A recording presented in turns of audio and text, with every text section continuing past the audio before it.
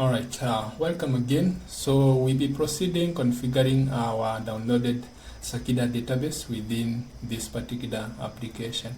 So the first thing that we be able to see that we introduced dependency to do with Flyway, and Flyway is used to manage the scripts within the application so that you can manage the creation of databases and any initial data that you want to be inserted within the database can be managed within scripts that you define within your application code.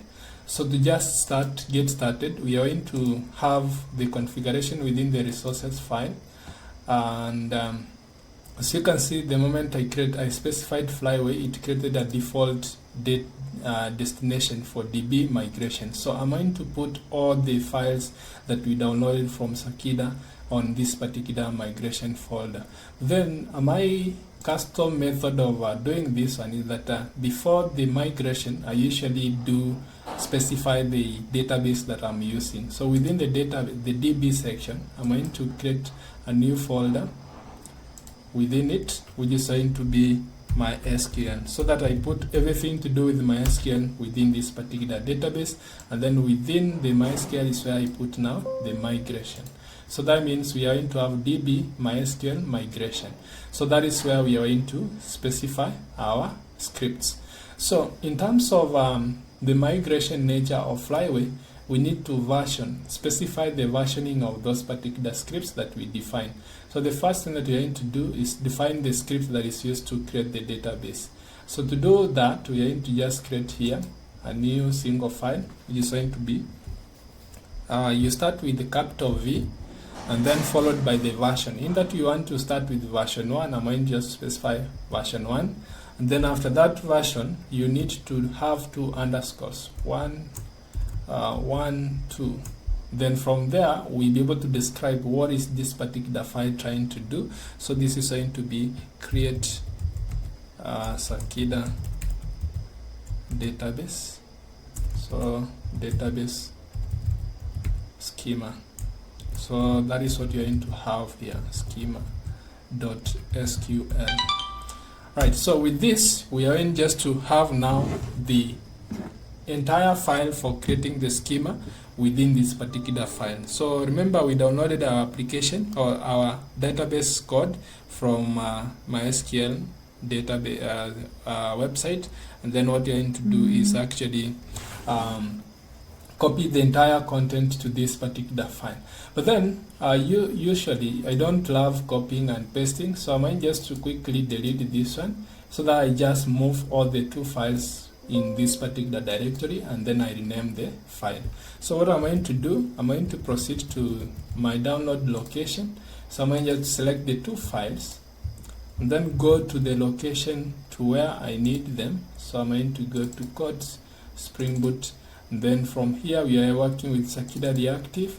Then within the SRC main resources DB MySQL migration, I'm going just to paste them there, right?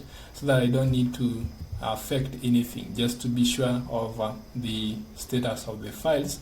So the first thing that we are going to do is to create the database before we insert the data. So you can see the first script here has the data insertion.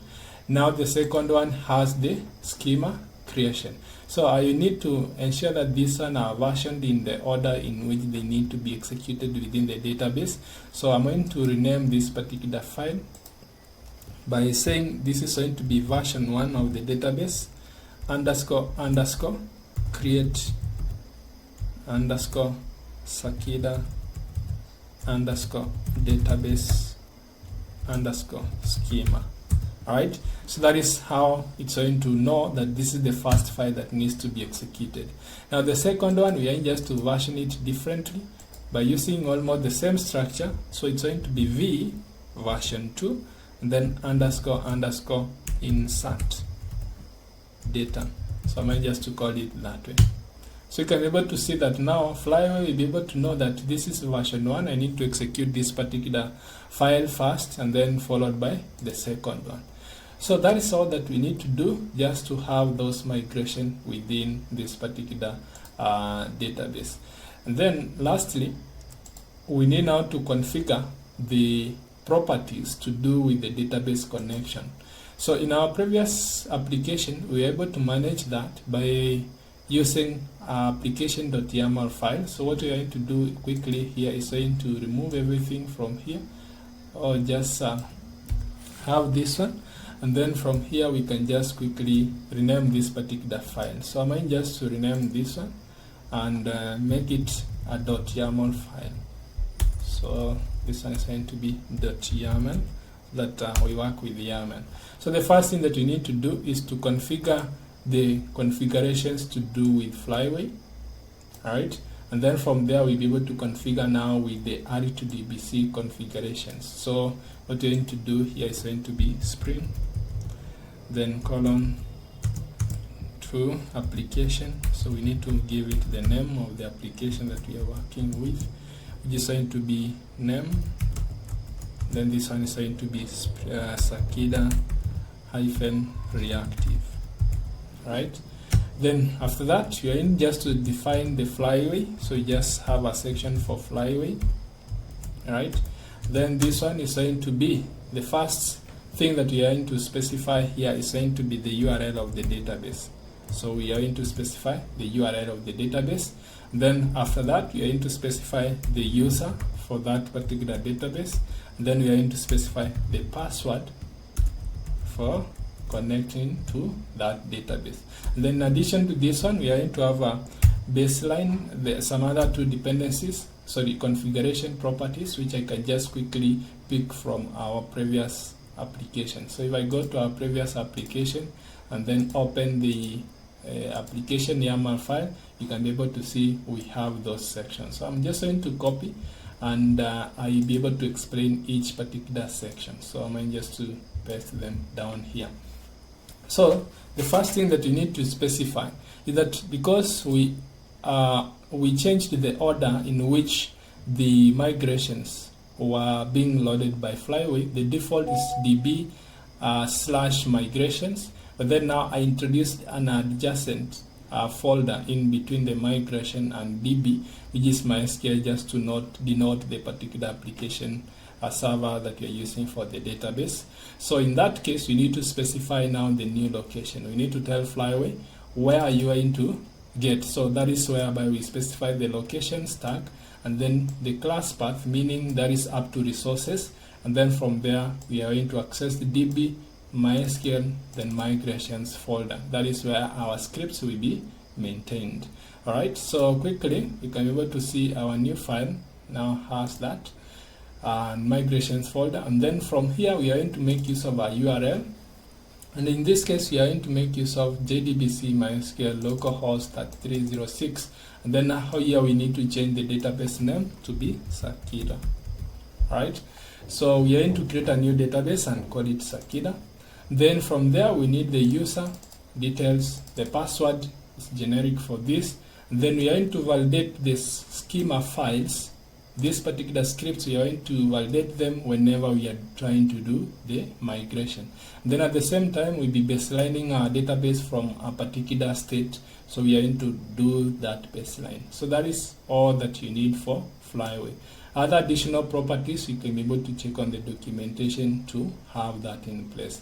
So the next thing that I'm going to do is just do the same here and change the database name.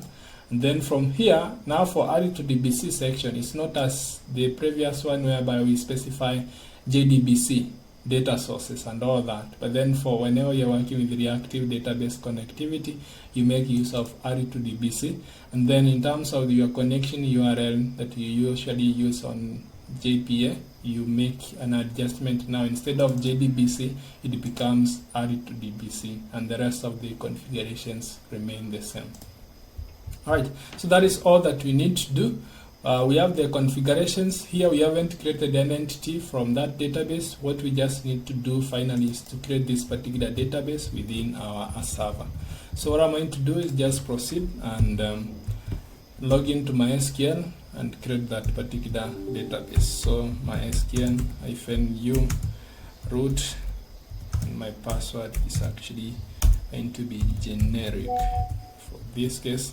Then what you just need to do is drop the current one, database, Sakila, going to drop the current one, and then I'm going just to say create database Sakila that way. So that is the only thing that I need to have.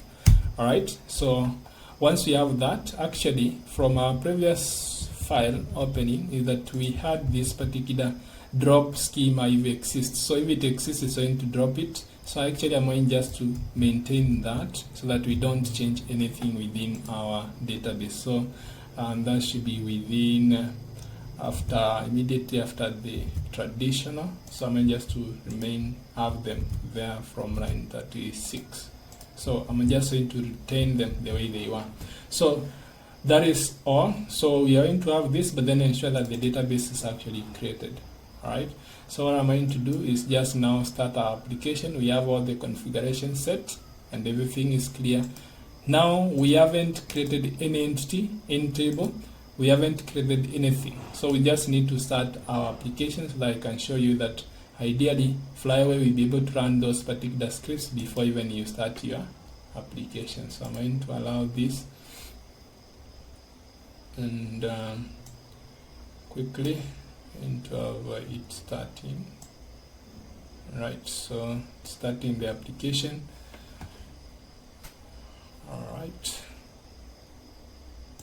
All right, so as you can see here, it's saying that it did get a connection to this particular database.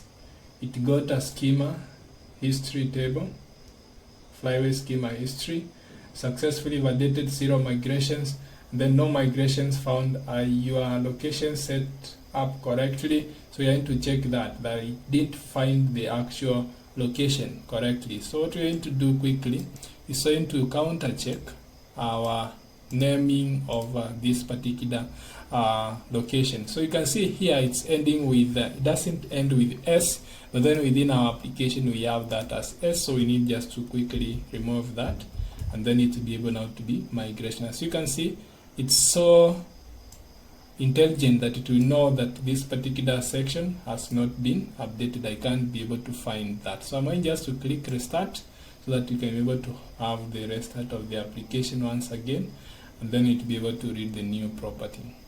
Alright, so as you can see, we didn't manage to create the schema history, and that is because on our script we are using we said use Sakila. So what I'm going to do is ensure that this particular Sakila schema is the one that is being used whenever we be creating the schema history that will be used to track the migration statuses of the Sakila database. So I'm going to come here under the application YAML, and I'm going to add an added configuration, which is going to be Flyway schemas. So I need to specify the schema that we are going to use. I'm going to say Sakila, which is the database name that we are going to use. So we are going to make use of that schema, and once again I'm going to click restart. So I'll restart the application again, so you can just make use of the up key arrow and then rerun that particular application. Alright, so as you can see, now our new configuration of the schemas that we are going to use has been successfully pointed to Sakila, and let me walk you through quickly what happened in terms of creating the database. We got a connection to this particular database Sakila, and then we looked at the schema history table. It didn't exist. Then we successfully validated the scripts that we have within our resources, and then we created the schema history table, which is Sakila.flyway schema with baseline, and then we successfully validated baseline the schema with version 1, and then our current version now went to 1. Then we migrated Sakila schema Sakila to version 2 by inserting the data, and then we successfully applied one migration for this, and now we are at version 2 of the execution of the schema. So quickly we can be able to validate what is the content of this particular Flyway schema history. I'm going to copy that, and then we can just come here and say use Sakila. Alright, and then from here we are just to do select star from this one. So we are just to make use of that. As you can see, the first thing that we did, we baselined our version 1. Alright, and then from there we inserted data. Okay, yeah, So let's see the different tables that are available. So show tables. So you can see from here, you can be able to see all the tables that were defined within the schema on the particular file have been created by that particular application run. So that is how we can be able to configure Flyway to manage our migrations.